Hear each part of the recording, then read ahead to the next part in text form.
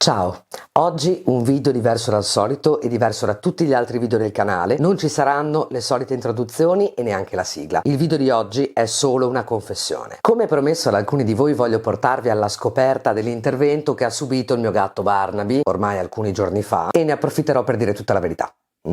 Anche quella scomodissima, almeno per quanto mi riguarda. Vi faccio anche presente che in questo video e solo in questo video il mio gatto Barnaby prenderà la parola. Si può praticamente dire che sia lui a girare questo contenuto, non sono io. Partiamo dal presupposto che questo intervento era una piccola cosa e io l'ho vissuto con un'ansia borderline, solo una struttura avrebbe potuto aiutarmi. Ero troppo in ansia e tutti mi ripetevano non c'è ragione per essere agitata e più lo ripetevano più ero in ansia. In modo particolare mi spaventava l'idea del digiuno preoperatorio. Ora, io anni fa mi sono trovata a parlare con una veterinaria che appunto commentava l'esigenza di fare digiuno prima di un intervento dicendo: ma io ho 3 gatti anch'io a casa e quando in casa non si può mangiare loro possono fare musetti, piccole preghiere, zampatine, dacci da mangiare, ma la mia risposta in quei casi è questa: non sento nulla ragazzi, non vi sento, sono su un altro pianeta. E ho sempre fatto così con i miei 3 gatti e le cose sono sempre andate come dicevo io. E mentre lei parlava, io mi sono chiesta se per caso quei 3 gatti non fossero di pezza, nel senso che magari erano 3 trudi, capito, 3 peluche. Io non so come reagiscano i vostri gatti al digiuno e anzi vi prego di farmelo sapere nei commenti perché voglio sentirmi meno sola. Ma il punto è che i miei gatti reagiscono diventando fisicamente molto aggressivi, innescando delle dinamiche da National Geographic, tipo non so, mi salgono addosso nella notte, mi fissano e poi si guardano fra loro come a dire: tu comincia da lì e io parto dalla testa. In quei momenti tu capisci che lo zio di questi gatti è il leone, perché non c'è dubbio alcuno, e ti senti improvvisamente gazzella. Quindi io non so se voi a casa abbiate dei gatti per cui ti tolgo la ciotola e la reazione è: oh grazie amico, speravo proprio di iniziare oggi un percorso detox, fra 24 ore una tisanina così mi depuro. Ma non è assolutamente il caso dei miei gatti. Io avevo paura a negare il cibo, soprattutto a Barnaby, che è il gatto che poi è stato operato, e quindi ho preso una decisione importante. Ho detto: la sera prima dell'intervento tutti fuori da casa. Se alle 7:30 so che devo dare la ciotola col cibo, ed è quello che ho fatto, vorrà dire che alle 7:35 in maniera assai felpata rimuoverò questa ciotola, mi preparerò, mi truccherò, mi vestirò di tutto punto e uscirò con i miei amici. Ho mandato un messaggio a raffica a tutti i miei amici per dire: oh mi raccomando, ricordatevi che domani mi operano il gatto, io voglio andare fuori con voi. Ci siamo infatti ritrovati in un pub. Io quella sera non stavo bene. A parte che sono uscita di casa sperando che Barnaby non si fosse accorto della mia sospetta uscita dopo aver rimosso delle ciotole, perché quello nota tutto.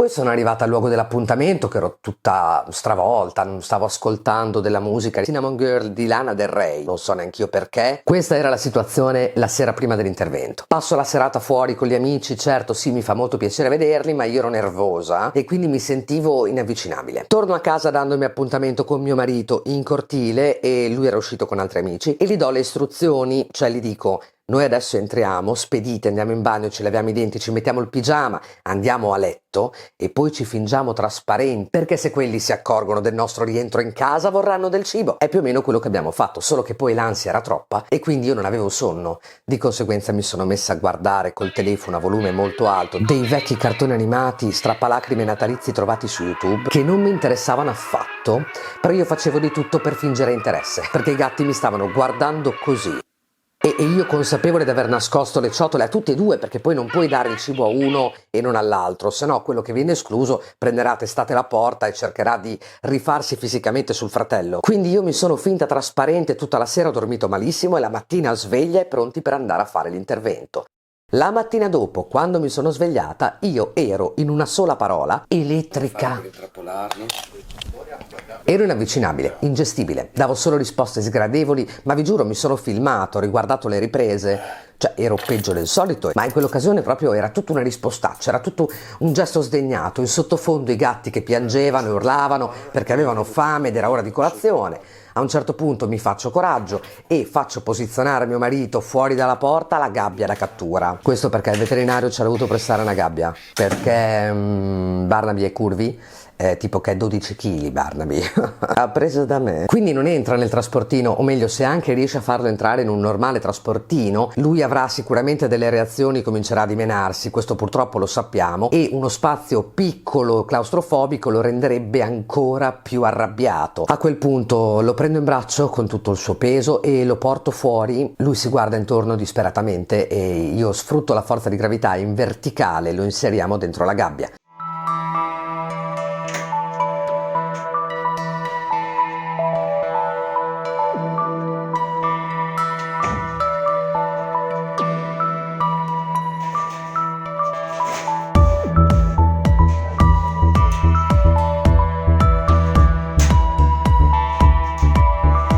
Una volta chiuso lì ha inizio il delirio, il panico puro.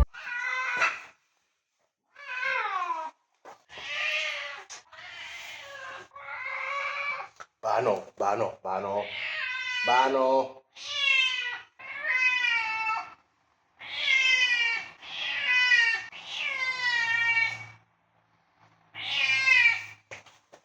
Lui comincia a piangere e urlare ed è praticamente quello che ha fatto per tutto il tragitto, e vi assicuro che l'ambulatorio dove lo stavamo portando non era lontano, ma vi assicuro che mi è sembrato di andare in macchina fino al confine con la Svizzera. Non è niente, mamma. Non arrivavamo più. Questo ha solo pianto per tutta la durata del tragitto e più lo rassicuravo più piangeva. Sono qua, dai. Non ti ho mai lasciato solo, Bano. Dai, tranquillo. Non è niente. Ah, mi pareva. Non è niente, Banu. No, no. Ma siamo qua insieme. È un'avventura. Siamo arrivati, sai, ci sono un po' di buche qua. Tranquillo, adesso fra poco fai Ninù. Quando ti svegli mangi. Va bene? Una volta arrivati all'ambulatorio, il veterinario ci è venuto incontro, ci ha rassicurati, aveva già spiegato che l'intervento in sé sarebbe stato molto veloce, e proprio perché Barnaby non è esattamente una silfide, lui ha detto: lo opero, ma gli faccio una dose di anestetico per un gatto di 3 kg. Ricordiamo che lui è 12, di modo che l'anestesia totale gli faccia comunque effetto, ma breve. Il tempo di rimuovere questa cosa che ha sulla schiena, e poi gli do i punti e praticamente appena finito di dare i punti vedrete che si sveglierà. Non voglio rischiare dandole un dosaggio d'anestetico troppo alto, un po' perché ha 12 anni, ma soprattutto perché è 12 kg. E già ha fatto il viaggio della speranza, quindi quando è arrivato era affaticato. Allora sapete come funziona, no? C'è il cuore, già se è un pochino abbondantino, il cuore può essere problematico. A quel punto lui è stato sedato, l'hanno rapato e gli hanno tolto questa cosa. Che cos'era questa cosa che dovevano togliere? Allora, alla fine era un lipoma. Era una massa di grasso e il sospetto in realtà il veterinario ce l'aveva già, se non fosse che quando l'aveva visitato il mese prima aveva detto: sì, effettivamente sembrerebbe una pallina di grasso, pallina, aveva le dimensioni di una noce, quindi stava crescendo velocemente, però è diventata scura, ha cambiato colore, si è ulcerata, è venuta un'ulcera e quindi lui ha detto è più prudente in questo caso toglierla e analizzarla se necessario. Non ha l'aspetto di qualcosa di brutto, però non corriamo rischi, quindi piuttosto caviamola. Anche per questo io ero molto incerta, perché se mi avesse detto no, va assolutamente operato, è una cosa urgente, sicuramente l'avrei fatto con un'altra predisposizione, però avendomi detto no, è una cosa in più che sto facendo per sicurezza, c'era una grande parte di me che continuava a pensare possiamo non operarci, ma al contempo anche la paura che questa formazione poi si trasformasse. Quindi alla fine ho cercato di far prevalere la ragione. Quando Barnaby è stato operato, noi ci siamo seduti fuori dall'ambulatorio e c'era una panchina e vi assicuro che sono trascorsi esattamente, credo, 10 minuti e poi ho visto uscire il veterinario. E siccome sono una psicopatica, ho pensato, ecco, mi viene a dare pessime notizie. Anche l'anestesia 3 kg era già troppo per lui. Gli sarà andata al cervello, cosa sarà successo? Invece no. Mi chiamava dentro per dirmi: io ho finito, abbiamo rimosso e non c'è neanche bisogno di fare l'istologico perché questo è grasso. Quindi ha avuto la conferma assoluta, tanto che, dettaglio un po' scabrosetto da dire su YouTube, ma ha fatto vedere un pezzo di Scottex coi guanti, fa: era questo. Grazie veterinario per la simpatica visione di questa cosa orrenda. Comunque l'abbiamo riportato a casa con la gabbia e già in macchina, come previsto, lui stava iniziando a svegliarsi.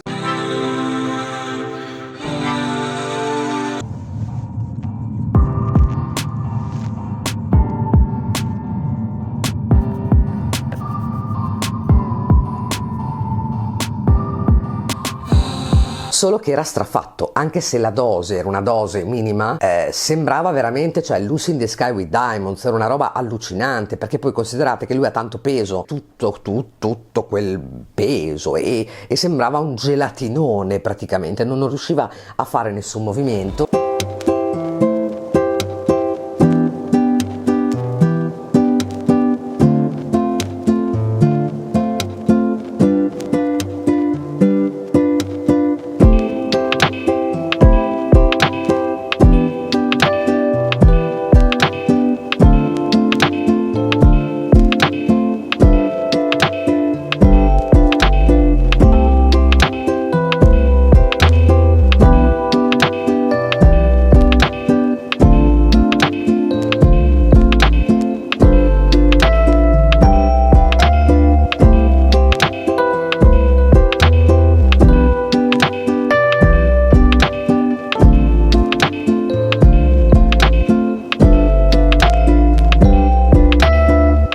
A casa mi sono finalmente concesso un caffè, perché io fino a quel momento avevo anche avuto lo stomaco chiuso, vi assicuro che questo non capita mai.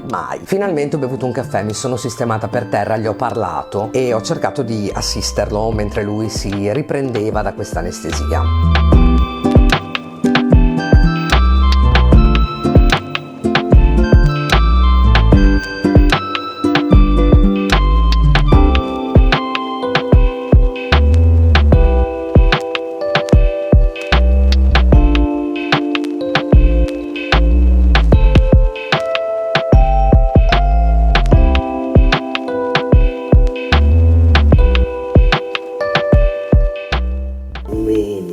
Non ho mai fatto fare neanche colazione, perché siamo corsi via subito, capito? Ti dovevano fare questa operazione, non potevamo più aspettare. Davvero, sai, una piccola cosa.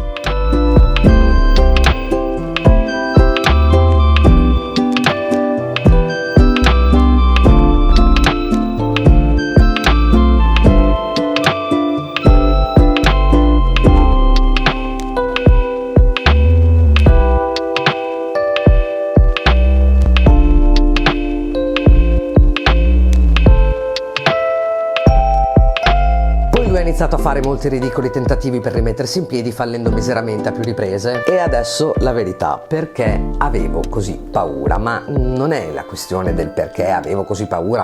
Tutti noi, che magari anche tu che stai guardando il video, poi se vuoi me lo racconterai nei commenti, però tutti noi con i gatti o con i cani viviamo con un certo, come dire, nervosismo e una certa apprensione, quei passaggi obbligati che sono gli interventi. Ma nel caso di Barnaby era anche un po' peggio di così, nel senso che la verità, ecco perché vi ho detto questo è un video confessione, è che io nei confronti di Barnaby mi sento in colpa, e mi sento in colpa perché quando lui è venuto a vivere da me, lui è napoletano, quindi è arrivato da Napoli, aveva 7 mesi quando è arrivato a vivere con noi, e ve lo racconto proprio dal punto di vista di Barnaby, ok? Mettetevi nei suoi panni. Lui arriva da Napoli, prima passa un periodo in stallo a Roma, dove tra l'altro si affeziona a un altro gattino che però viene dato in adozione prima di lui e che va a vivere a Milano, quindi il suo unico amico lo perde immediatamente, la famiglia l'aveva già persa a Napoli. Terrorizzato, spaventato, molto pauroso, questo è il tratto distintivo di Barnaby. Lui ha sempre gli occhi sbarrati, qualunque cosa lo scompone facilmente, ma è effettivamente un gatto traumatizzato.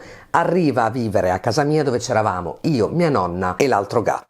Ora io ho 2 gatti, li avete visti nei miei short, nei miei video, si chiamano Barnaby e Bogar, quando invece vedete Sandra, Gavino, Drusilla, quelli sono i gatti di montagna, i gatti della casa di papà, i gatti che appartengono al paese. Però in casa i miei domestici ad oggi sono 2. In origine però, quando arrivò Barnaby a vivere da me, c'era anche Arsenico. Sempre dal punto di vista di Barnaby, lui arriva e scopre che in questa casa vive già un altro gatto suo coetaneo, quindi molto piccolo, estremamente caratteriale e fortemente dominante. Non solo, è un gatto particolare, perché è un gatto con diversi e pesanti problemi fisici. Io ho adottato Arsenico, che è stato il mio migliore amico, lo dico senza vergogna, nonché il primo gatto scelto e voluto da me, cioè preso da una gabbia, portato a casa, contro la volontà di mia nonna che continuava a dire «Dio che brutto, sembra un topo!» E questo è vero, sembrava un topo, era molto mal ridotto e l'ho scelto proprio perché ho capito che nessuno l'avrebbe preso, perché era messo molto molto male, cioè l'ho portato a casa che le avevano appena tolto le flebo, tipo era una, non lo so, poverino, era uno spettacolo sceno, dico la verità, era veramente mal ridotto, però aveva un caratterino molto molto ingombrante e io e lui abbiamo sempre vissuto in una sorta di bolla magica per cui il nostro rapporto era un rapporto unico. Eravamo praticamente inseparabili, al punto che io adottai Barnaby perché Arsenico aveva preso dei comportamenti che anche la veterinaria giudicava un po' eccessivi, tipo stava attaccato al mio polpaccio e viveva sempre attaccato al mio polpaccio. Stava diventando un po' too much, Quindi lei mi consigliò di portare a casa un altro gattino che gli facesse compagnia. Mai scelta fu più sbagliata di questa, perché Barnaby e Arsenico non andavano affatto d'accordo, non si potevano vedere. Problema, noi vorremmo alzarci ma siamo completamente in banana. Fa così con la testa proprio.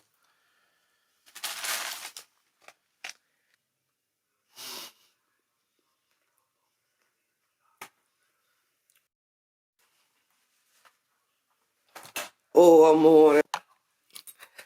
Tranquillo, oh amore mio, tranquillo, tranquillo. E quando due gatti non si possono vedere, io non credo che possano improvvisamente passare dal ti detesto al ti amo follemente, ok? Tutt'al più propendono per una pacifica convivenza, che però non è amore, È tipo ti tollero solo perché devo coesistere con te. E quando i gatti non vanno d'accordo, almeno nella mia esperienza, questa cosa non cambia mai. Ma d'altronde perché fare un torto? Cioè, mettetevi nei loro panni, pensate alla persona che vi sta sull'anima, dai, non ammantiamoci di buonismo, lo so benissimo che avete un collega che odiate, pensate a quella persona e ora pensate a quando vi trovate in alcuni contesti insieme, non è che dovete lanciargli necessariamente le scarpe in fronte, capito? Però al contempo non gli fate delle grandi feste scodinzolanti, perché comunque non c'è grande simpatia. Per i gatti è uguale. I gatti che si odiano a un certo punto li trovi magari sullo stesso divano, magari stranamente un po' più vicini del solito, ma questo comunque non è amore, questo è ti sopporto perché viviamo qua. Nel caso di Barnaby è stato ancora più complesso perché era in casa con una persona che avrebbe dovuto darle attenzioni, che invece passava tutto il giorno dietro all'altro, e questo non perché io sia una persona crudele, perfida e orrenda come stai pensando e io so che l'hai pensato, ma perché comunque Arsenico era malato e io dovevo dargli tanti diversi farmaci, dovevo prendermene cura. A un certo punto mi dissero che c'era un segnale spia dei suoi malesseri peggiori, delle sue crisi più acute, ed era la respirazione. Lui cominciava a respirare come un mantice, se lo guardavi il gatto sembrava una fisarmonica e a quel punto dovevo prenderlo e portarlo in clinica per fargli aspirare dell'acqua. E qua mi fermo perché è un po' straziante parlarne, comunque sì. Questo capitava anche piuttosto spesso, quindi voi immaginate di essere in casa con un gatto bisognoso di cure e oltretutto vi hanno detto in clinica «Oh, guarda bene che respiri nel modo corretto, perché se inizia a respirare male bisogna che lo porti qua». Io mi ero completamente ossessionata e adesso vi dirò un'altra cosa sbagliata che ho fatto. Ho esagerato e quindi sono caduta nel cono d'ombra dell'accanimento. Io a un certo punto sapevo dall'inizio che Arsenico non stava benone, ok? Però era stato bene per tanto tempo, quindi io non pensavo che si sarebbe poi aggravato di colpo, vero? E indovinate cosa ha fatto? Pah, si è aggravato di colpo. Continuavo a somministrargli dei farmaci che erano anche molto costosi, al punto che i miei amici avevano cominciato a regalarmi anziché tipo non so compleanno, regalo di compleanno, era una colletta. Loro mi facevano trovare la cassetta con tutte le loro offerte e sopra c'era scritto per i farmaci di Arsenico. Sapevano che io ero sempre a caccia di nuovi rimedi, punture, contropunture, terapie, trattamenti. Io dovevo assolutamente salvarlo perché lo amavo, perché era il mio gatto, perché era il mio migliore amico. Questo non significa che io maltrattassi il povero Barnaby, al contrario, gli davo cibo, gli davo acqua, gli pulivo la lettiera, ma non gli davo coccole, non gli davo mai attenzioni affettuose, mai troppe. Sì, entravo nelle stanze, una carezzina, però l'altro ha bisogno, l'altro non è stato bene, l'altro lo vedo strano, l'altro deve prendere le pasticche, tutta l'attenzione era per l'altro, al punto che il povero Barnaby aveva imparato che quando davo il cibo, anziché fiondarsi a mangiare alla ciotola, stava un passo indietro finché l'altro non aveva finito di mangiare, e quando l'altro aveva finito, allora sì, si avvicinava anche lui. Io gli ho fatto mancare molto amore a Barnaby all'inizio. All'inizio per me era un gatto napoletano sconosciuto, entrato in casa per andare d'accordo con un gatto che invece lo odiava e che, anche se era molto malato, se aveva 2 energie lo usava per menarlo tantissimo. Credo che per lui i primi 2 o 3 anni con noi siano stati un incubo. Magari si metteva sotto il letto per un po', stava attento a non incappare nell'altro col quale non andava d'accordo, tanto che ho preso il terzo gatto. Ragazzi, meno male mi sono fermata a 3, sennò questa storia sarebbe diventata delirante. Chiamate la protezione animali. Quando ho preso Bogart, l'ho preso per riparare la situazione con Barnaby, quindi io ho preso Arsenico. Arsenico era solo, allora le ho preso Barnaby, ma Barnaby stava male con Arsenico, allora ho preso Bogart per curare i rapporti, e ce l'ho fatta, perché Bogart è buono. Bogart è più che buono, è proprio un po' coglione. Bogart è uno che non se la prende mai, gioca volentieri con tutti, mangia qualunque cosa tu gli dia, fa le fusa a chiunque. Una volta è quasi scappato col pizzaiolo che ha suonato alla porta perché ha deciso che lui poteva essere un amico. Non è aggressivo come era Arsenico, non è sempre sulle sue, tendenzialmente ribelle come è Barnaby, lui è pacioso, e quindi Barnaby con lui si è trovato molto bene. I due hanno stabilito un grande legame e ad oggi sono ancora fortissimamente legati. Ho conosciuto veramente Barnaby la notte che Arsenico se n'è andato. Eravamo alla casa di papà. Avevo portato i gatti alla casa di papà perché mi sembrava che anche Arsenico stesse meglio e stavano bene tutti e 3. Ho detto: tanto vale che li porti su in montagna, la casa è più grande, hanno le scale, possono vivere tante avventure. Ero contenta di portarli su.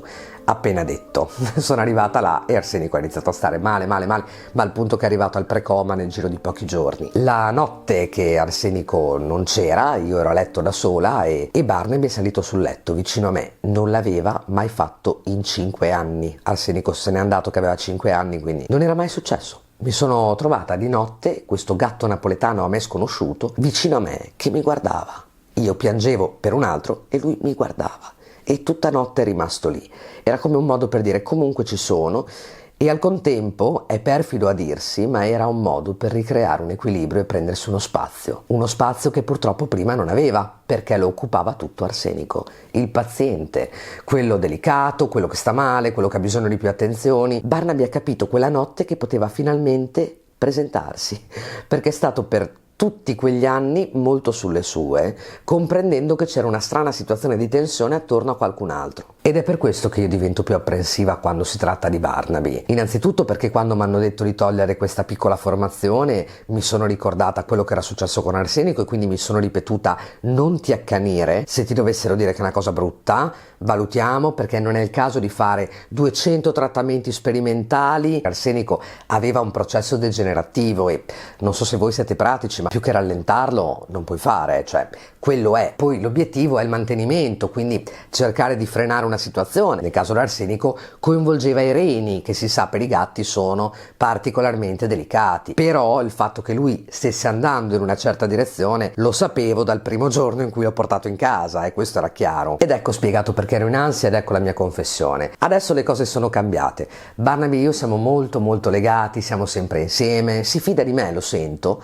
Ma ci sono voluti tanti anni e purtroppo qualcuno se n'è andato, perché diversamente non so quanto saremmo riusciti a conoscerci. Oggi almeno ci conosciamo meglio. Non so se vi sia mai successo. Se vi è successo, per favore raccontatemelo, perché comincio a sentirmi abbastanza abbandonata su un'isola di disperazione. E poi basta. Poi adesso abbiamo i punti e non sono ancora cascati questi punti, la ferita è bella, è molto asciutta, il pelo sta ricrescendo e fa prurito. Lui ha ricominciato a mangiare, che sostanzialmente era la cosa di maggiore interesse nel suo caso, e quindi adesso è tutto a posto e si sente meglio. E io cercherò di far tesoro di questa esperienza magari per le prossime volte, tenendo presente che forse questa volta ho fatto bene, ho voluto sgombrare il campo da ipotesi pericolose, però io tengo sempre presente la mia consapevolezza che l'accanimento con gli animali, visto e considerato che si può decidere di evitare loro determinate pene, a differenza degli umani, ecco, forse l'accanimento da parte mia è stato un errore e non intendo più rifarlo. E allora scusa Barnaby se sono un po' più ansiosa con te,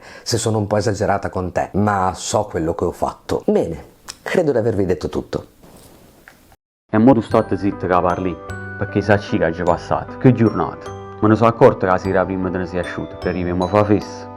Facevo bordello, preparava la cena come se nulla fosse. E invece sai che ti dico, quando sei agitato tu fieti. Ma non è un fiato evidente che la gente non si assetta vicino a te in coppa pullman.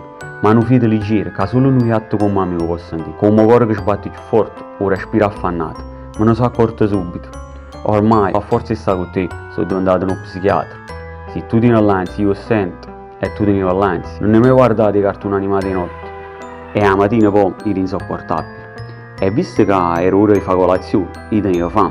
Che sono piatto. E invece, per me non è un difetto fisico. Tengo un problema, ho le ossa grosse. Tenevo fame.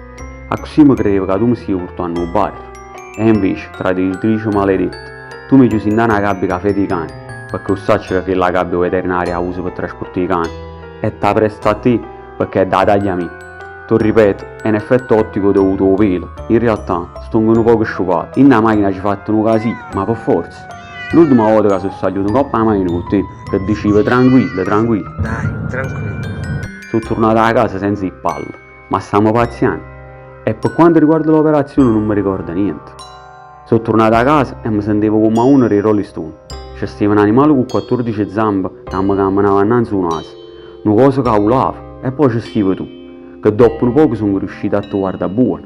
E mamma mia che c'è. Peggio di come mi ricordavo. Alla fine ho dimostrato al mondo che non tengo paura di niente. E mi sono gizzato all'erta, perlomeno, che i zampi innanzi. Con quelle rete ho fatto un po' più fatica, ma hanno fatto a scipazzi. Ma la verità è che io sono un gatto e i gatti vivono l'attimo. Dramma e tranquillità in un secondo. Non ci sono 1000 pensieri, 1000 conseguenze. Io sono tornato a casa e qui sto bene. La vita è fatta di paura e coraggio. Io ho coraggio. Per forza, sono napoletano.